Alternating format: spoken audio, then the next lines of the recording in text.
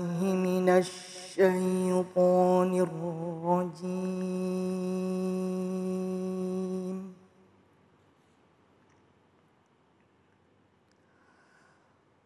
بسم الله الرحمن الرحيم.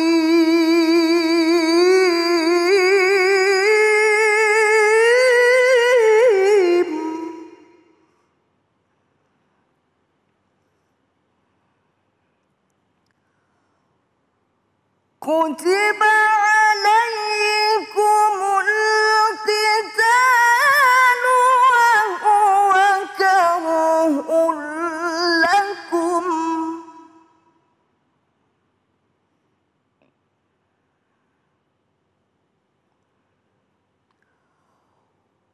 وعسى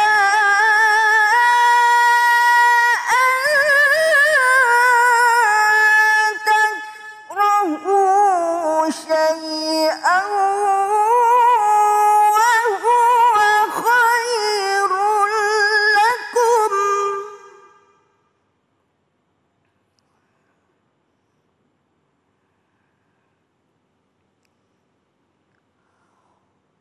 وعسى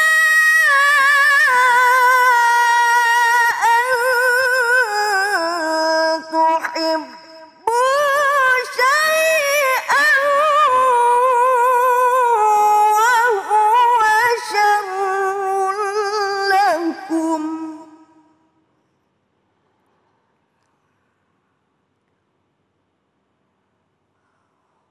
والله يعلم وأنتم لا تعلمون.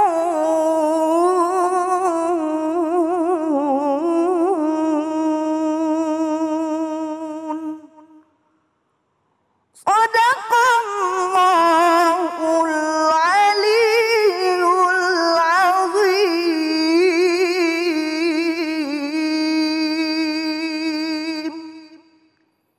Assalamualaikum warahmatullahi wabarakatuh. Alhamdulillah wassalatu wassalamu ala rasulillah Sayyidina wa maulana Muhammad ibn Abdillah. La haula wa la quwwata illa billah, amma ba'du. Maha benar Allah dengan segala firman-Nya. Terima kasih kepada Ustazah Siti Maimunah yang telah melantunkan ayat-ayat suci Al-Quran. Semoga menjadi ibadah bagi yang membaca dan umumnya buat kita semua yang mendengarkan. Kembali lagi saya Abe Gifran bisa menyapa para pemirsa dimanapun berada dalam program kesayangan kita Cahaya Hati Indonesia. Insya Allah kali ini kita akan mengangkat tema-tema yang sangat menarik. Di antaranya yaitu jangan pernah takut akan ketetapan Allah. Yang kedua, harmoni dalam keluarga Islami. Dan yang ketiga, sertakan cara beramal yang benar. Insya Allah tema-tema ini akan diangkat dan dibahas oleh guru-guru kita. Di antaranya Syekh Husain Jaber, Kiai Haji Hasan Kosasih, dan Ustadz Fatullah. Buat para pemirsa yang ingin mengajukan pertanyaan, silahkan nanti ada segmen pertanyaan. Dan bagi para pemirsa yang di rumah yang ingin ikut serta ngaji bersama kita, nanti kita akan ada segmen ngaji yuk bersama Ustadz Munawir Ngacir. Jangan tidak pernah lupa, saya selalu mengingatkan kepada para pemirsa untuk tetap menjaga protokol kesehatan. Di antaranya mencuci tangan, menggunakan masker, menjaga jarak, menghindari kerumunan, dan membatasi diri dari pepergian. Dan sebelum kita dengarkan tausiah yang pertama dari guru kita Syekh Husain Jaber, kita lihat video yang berikut ini.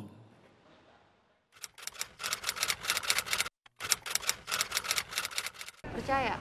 Percaya? Percaya. Saya percaya dengan takdir. Saya percaya. Percaya banget. Seperti rezeki, kesehatan, seperti itu sih. Mungkin kesehatan juga takdir ya. Kalau kita jaga kesehatan, takdirnya sehat.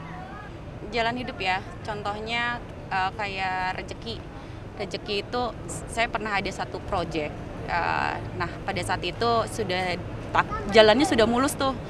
Habis itu tapi memang sudah takdir ya, bukan rezeki saya. Akhirnya saya saat itu dikasih sakit. Saya sudah dapat prosesnya sampai udah puncak, tapi karena kendalanya itu saya nggak dapat proyek itu. Dalam hidup aku tuh sebenarnya adalah suatu ketentuan yang emang dimana kita tuh nggak bisa Anggaplah kayak misalkan kita mau daftar kerja di kantor A gitu, mau 1000 kali ngedaftar, tapi kalau misalkan emang bukan takdirnya tuh ya udah nggak akan bisa masuk. Tapi kalau memang sudah jalannya Tuhan, takdirnya Allah mengatakan bahwa ya lu bisa masuk situ gitu, meskipun tidak terlalu ngoyo usahanya, pasti bisa dapet. Kalau takdir itu seperti kita halnya kita ingin mempunyai istri, kita pacaran dengan si A misalkan, ternyata takdirnya berjodoh dengan si B, seperti itu.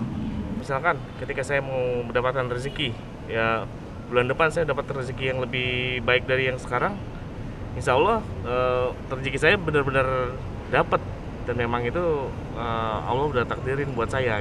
Jadi ketika saya punya target untuk mencapai sesuatu, saya cuman bicara sama diri saya, oke, kita coba bulan ini kita akan melakukan ini, bulan ini akan melakukan ini. Dan memang tercapai semuanya dalam waktu yang tepat, tapi yang di luar dugaan memang dibalik semua itu ada beberapa pelajaran hidup yang memang harus dilalui. Jadi memang tidak mudah, tapi ternyata kalau dirasa-rasa pas nengok ke belakang, oh iya memang terjadi sesuai apa yang kita minta sama Tuhan gitu.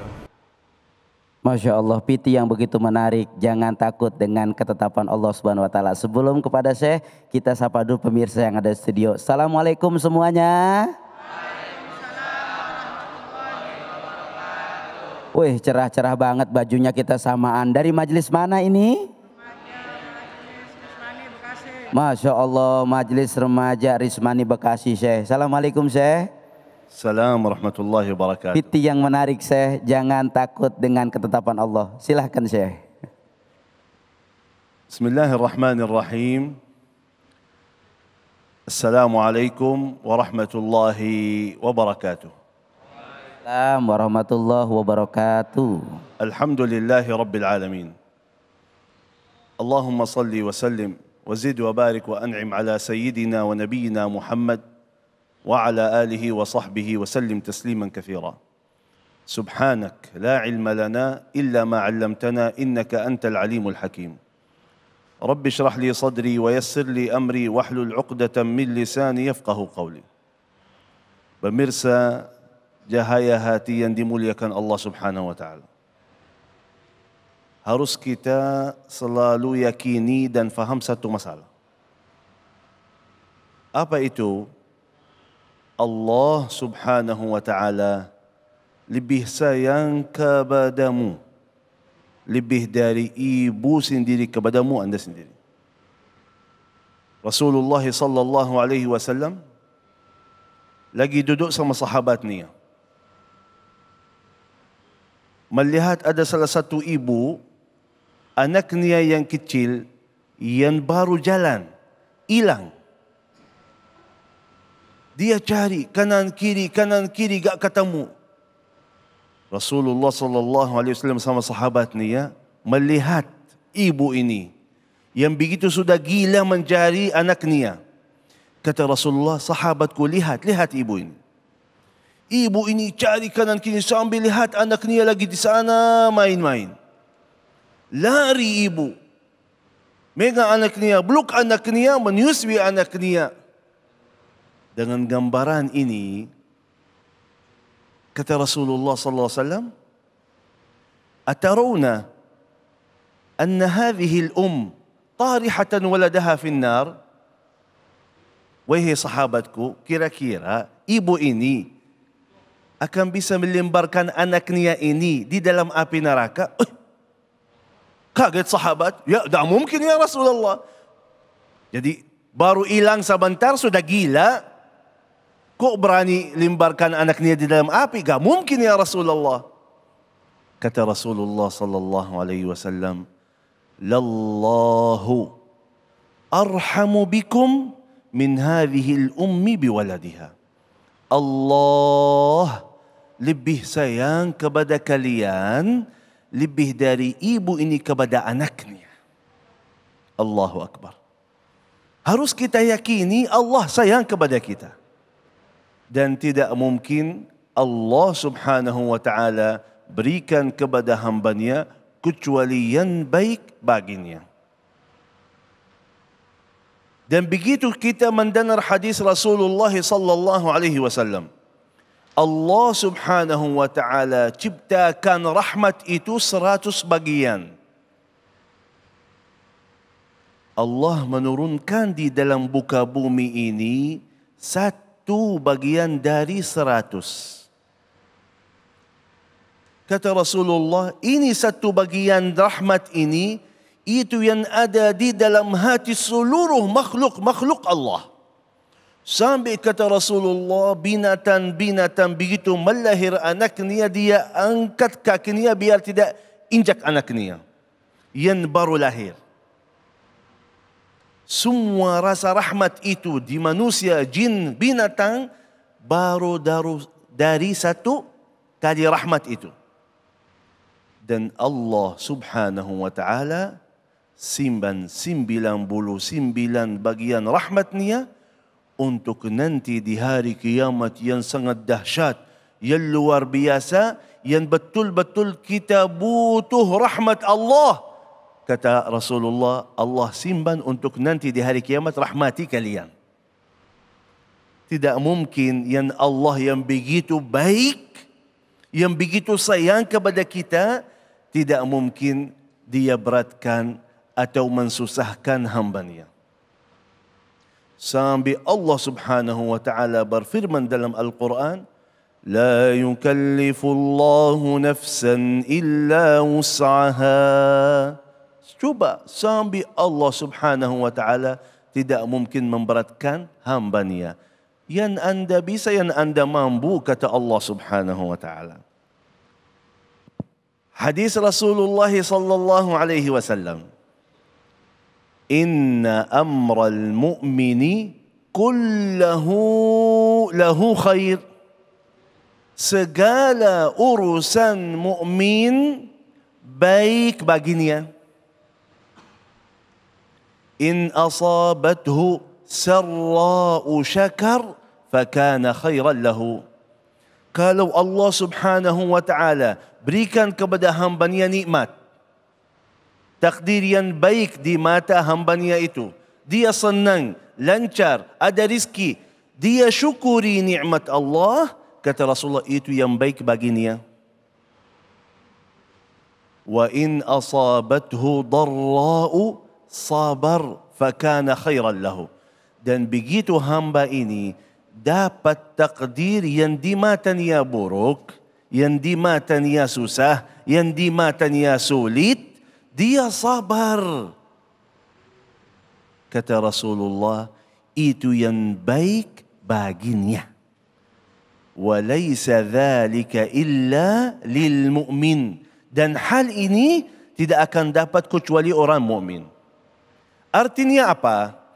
Artinya Allah subhanahu wa ta'ala selalu berikan kepada hambanya takdir. Dan setiap takdir ada di belakangnya hikmah. Kita sendiri belum tahu. Yang yakin itu yang baik bagimu. Kata ulama, Allah subhanahu wa ta'ala selalu berikan kepada hambanya yang dia butuh, bukan yang dia mau. Yang dia butuh, bukan yang dia mau. Harus kita faham masalah ini. Kita doa, minta, Ya Allah lancarkan rezeki saya misalnya. Ya Allah mudahkan urusan saya. Tapi kok macet terus, sulit terus, susah terus. Ya memang, di belakangnya ada hikmah. Kita belum faham. Contohnya, ada orang miskin. Setiap salat ada di dalam masjid. Dan begitu setiap salat dia doa. Ya Allah, sudah capek miskin terus. Susah terus, sakit terus, sulit terus. Ya Allah mudahkan rezeki saya. Ya Allah lancarkan rezeki saya. Ya Allah mudahkan. Ya Allah saya mau ini. Ya Allah saya mau ini. Setiap salat doa, setiap salat doa. Mau lancar, mau rezeki, mau lancar, mau rezeki. Allah subhanahu wa ta'ala sudah tahu. Si fulan ini bagaimana hatinya. Si fulan ini bagaimana fikirannya. Akhirnya Allah kasih. Allah berikan rizki, lancar, tapi setelah itu tidak ke masjid lagi. Sibuk dengan harta yang Allah berikan.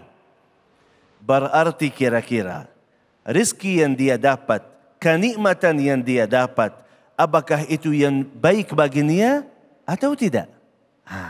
Kemarin miskin di masjid, amal salih banyak, Quran setiap hari, zikir selalu, masuk surga orang yang seperti itu. Tapi orang yang jauh dari Allah Subhanahu wa taala, lubah salatnya, itu masuk neraka. Allah sudah tahu si fulan ini tidak boleh jadi kaya. Kalau dia kaya nanti akan kufuri nikmat Allah, akan jauh dari Allah Subhanahu wa taala. Miskin lebih baik baginya. Dan sebaliknya Allah sudah tahu, oh si fulan ini pandai syukur. Allah memuji nabinya dan Nabi Nuh, innahu kana abdan syakura. Ya, Nabi Nuh itu pandai bersyukur.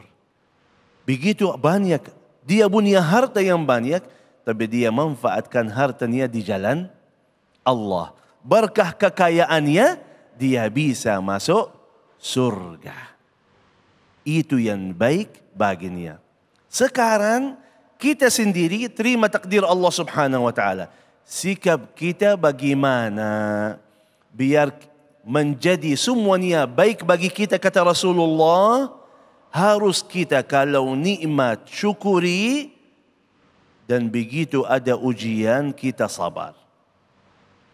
Syukur sabar masuk surga. Dapat nikmat yang anda terasa itu nikmat, itu baik bagi saya. Anda doa dapat, syukuri nikmat Allah. Allah Subhanahu wa taala muji dan muliakan orang yang syukur. Yang kedua, nikmat itu akan terus menerus. Yang ketiga, Allah janji akan nambah lagi nikmatnya. La in syakartum la azidannakum. Sebaliknya, ujian, masalah, sakit, penyakit. Akhirnya apa? Ini ujian, ini takdir buruk di matanya, tapi bagaimana sikapnya? Tetap takdir Allah akan berjalan. Sikap kita gimana?